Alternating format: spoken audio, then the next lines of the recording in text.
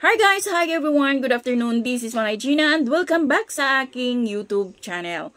So guys, another mini vlog for today's video at ang ating pag-uusapan ay walang iba kung hindi ang mga bida ng seryeng What Lies Beneath. Kasi nga guys, ang ganda nilang panoorin, di ba? At alam mo yung masabi mo na lang talaga na may kanya-kanya silang ganda. At pakinggan natin yung pasilip ng kanilang kung ano itong What Lies Beneath. So panoorin natin guys. I feel like even though ako yung pinakahuling sumama, it doesn't feel that way. I'm back with ABS. Ito yung comeback ko din na teleserye from the last thing that I did with them.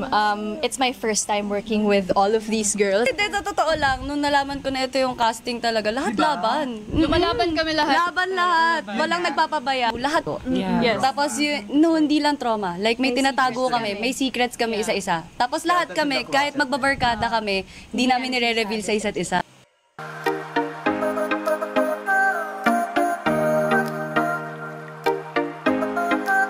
Ang ganda ng story nito kasi 'di ba may kanya-kanya silang sekreto na kahit magbabarkada sila hindi nila ni-reveal sa isa't isa.